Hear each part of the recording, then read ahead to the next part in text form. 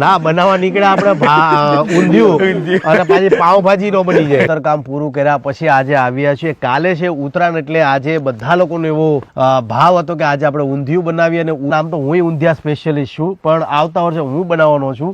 પણ અત્યારે આપણે પેલા ભગવાનભાઈ ની સલાહ લઈ લઈએ. હાલો તો ભાઈ ભગવાનભાઈ ક્યાંથી શરૂઆત કરીએ? પેલા તેલ નાખવા પડે અંદર. લાવો તેલ ક્યાં છે? લાવો જલ્દી સામેથી તેલ લાવો. ભાઈ અમારું ઊંધિયું પાછું બનવાનું છે કેમ? આ ખજૂરભાઈ ના શુદ્ધ સિંગતેલ માં તમામ ગુજરાતીઓને કહું છું કે ભાઈ તમારા ઘરના રસોડાની અંદર આમ જો ખજૂરભાઈ નું શુદ્ધ સિંગતેલ ને જેટલા લોકો પતંગ ચગાવતા હોય તમામ લોકોને કહેવાનું કે તમે ઊંધિયું બનાવો, ભજીયા બનાવો, જે બનાવો એ ખજૂરભાઈ ના શુદ્ધ સિંગતેલ થી જ બનાવજો. બનાવશો કે નહીં? બિલકુલ. વાહ ભાઈ વાહ. તો નાખી દઉં છું તેલ. આ નાખી દીધું તેલ ભગવાનભાઈ નું નામ લઈને. નામે પાછું ભગવાન, બોલો કાંઈ ઘટે નહીં. ને આ બધા ગુજરાતીઓને કહું છું કે ભાઈ તમારા ઘરના રસોડામાં ખજૂરભાઈ જ વાપરજો.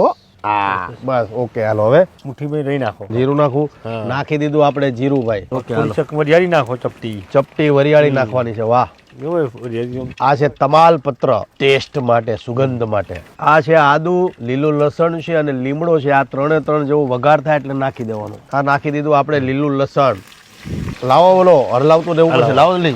આવું કરો એટલે તમને ફીલ આવે રસોઈયાની. ધીમું કરજો. થોડો ગેસ ધીમો કરો. ગેસ ધીમો કરો. આ થઈ ગયો. હા ગોળ નાખવાનો છે.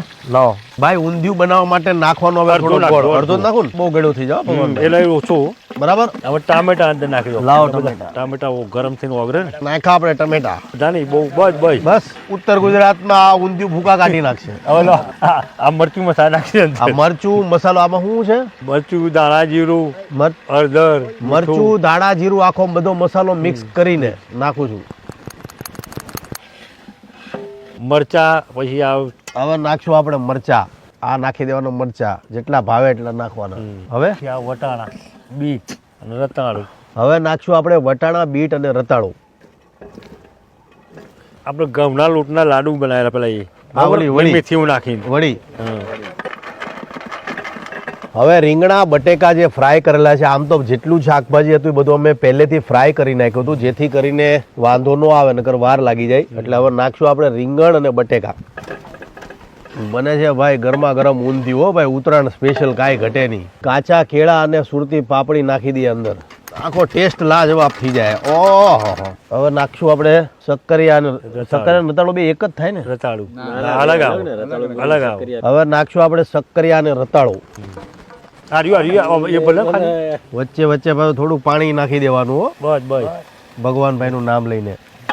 ભગવાનભાઈ ઊંધિયું બનશે તો ખરા ને? જોજો પેંડા નો બની જાય.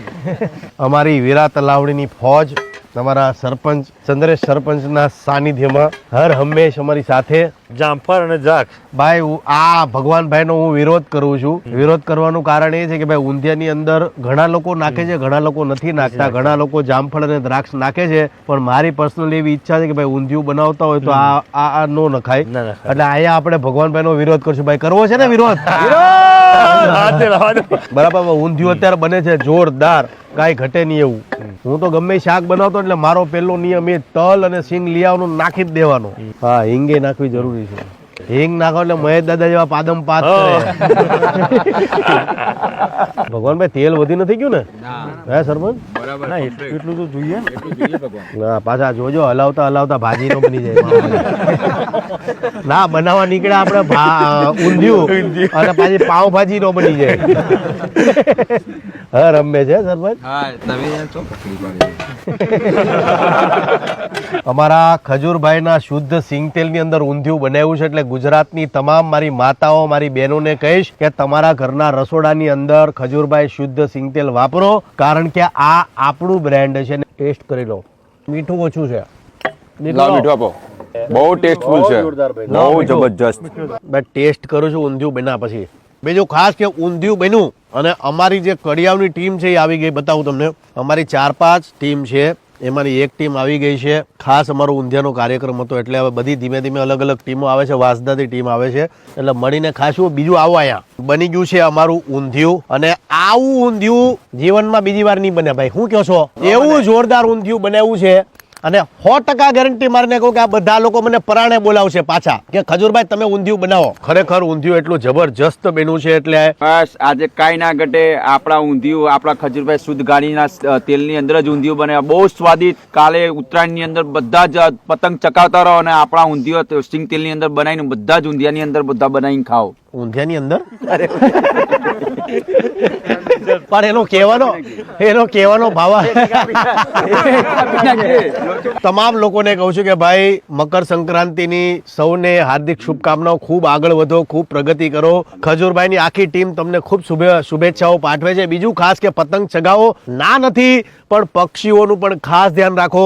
સવારે 8 વાગ્યા પછી ચગાવો અને 5 વાગ્યા પછી પતંગ ચગાવવાનું બંધ કરી નાખો, કેમ કે સવારે પક્ષીઓનું જવાનું હોય છે અને સાંજે 5 વાગ્યા પછી પક્ષીઓનું ઘર વાપસ આવવાનું હોય છે. એટલે આ વસ્તુનું ખાસ ધ્યાન રાખજો. બાકી હેપી કાઇટ ફેસ્ટિવલ. જય માતાજી, જય શ્રી કૃષ્ણ. હવે ઊંધિયું ખાઈ લઈ નકર પાછા ભાજી બની જાય, પાવભાજી. હાલો ઉપાડો, હાલો ઉપાડો, હાલો ઉપાડો, હાલો હાલો હાલો હાલ ઊંધિયા તારા ભૂકા બોલાવું.